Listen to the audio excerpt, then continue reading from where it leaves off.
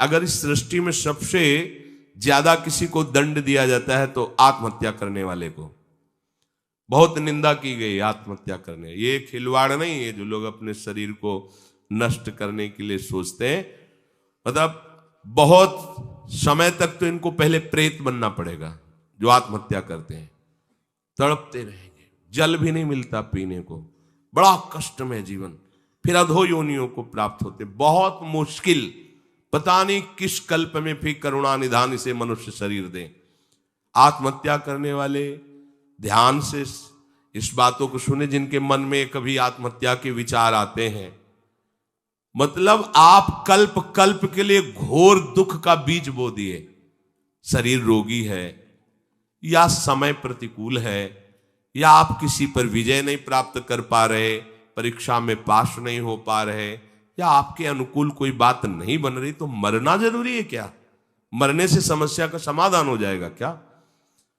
हम तो कहते हैं कि अगर तुम्हारे अंदर इतनी ही बात आ गई कि मैं शरीर को नष्ट कर दूंगा, अब जीना नहीं, तो आज से भगवान के लिए जियो। तुम दूसरों की कामना पूर्ण करने वाले बन जाओगे।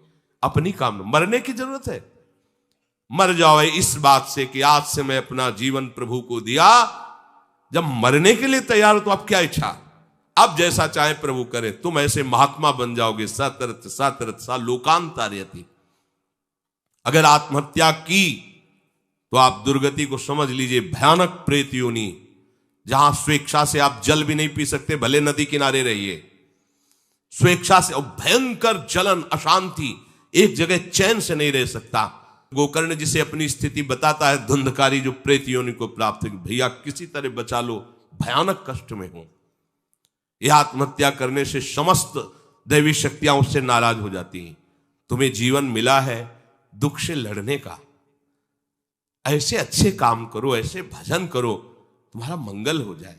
देखो, भोगों में यदि तुम रति करके अधर्माचरण से, पापाचरण से भोग भोगोगे तो तुम्हारा अंतिम निर्णय यही निकलेगा, ध्यान रखना।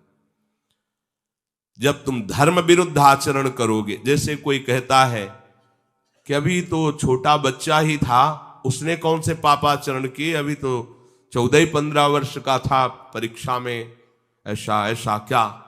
तो भैया, एक जन्म का हिसाब नहीं चल रहा है, बहुत जन्मों का हिसाब चल रहा है।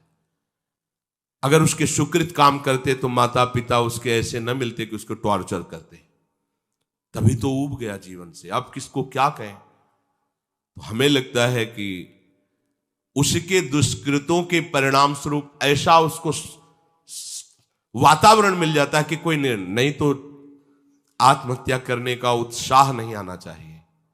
हमें लगता है माता पिता को चाहिए कि अपने बच्चों से ऐसे मित्रता का व्यवहार करें कि उनके दुष्कृत नाश करने वाली भावना हृदय में जागृत हो, ना कि शरीर छोड़ने वाली। कोई बात नहीं, अगर इस बार फेल हो गए हो ना, हम तुम्हें और अच्छा ट्यूशन पढ़ाएंगे। पर वो संसारिक लाभ को ही लाभ जानने वाले जानते हैं, इतना पैसा लगाया बर्बाद। अब वो बेचारा छोटी सी बुद्धि का पूर्व के दुष्कृत परिणाम से प्रेरित हुआ और उसको लगता है मैं आत्महत्या कर लूं। किसानी में सफलता नहीं मिल, लगता है आत्महत्या कर लूं। पति अनुकूल नहीं मिला, लगता है आत्महत्या कर लूं। पत्नी अनुकूल नहीं मिली, बोले ये कोई निराकरण है तुम्हारी समस्या का? समस्या का निराकरण तो विवेक से होता है। आप भगवान का आश्रय लेकर के भजन करते हुए फिर विचार कीजिए तो आपको रास्ता मिल जाएगा। पर जो रास्ता देने वाले प्रभु है उनसे तो आप विमुख हो चुके हैं, गंदे आचरण कर रहे हैं, मन में आध्यात्मिक शक्ति नहीं रह गई, बस वही निर्णय देने लगता है कि क्या करूं, इससे तो जीना ठीक नहीं है।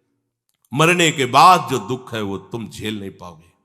आत्महा न तरेत सा आत्म, शास्त्र में कई जगह लिखा है वो आत्महनन गति जाए, ऐसा कई जगह लिखा है। इसलिए जहां तक शब्द हमारे श्रवणेन्द्रिय में पढ़ते हो तो लड़ना सीखो समस्या से हारना मत सीखो।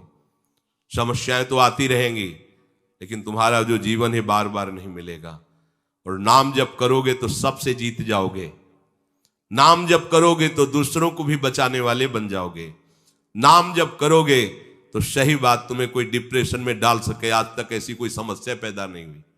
आप नाम जप करके तो देखो। पर प्रभु से और प्रभु के नाम से आपका परिचय नहीं तो बस देहाभिमान में फूले घूमते हैं।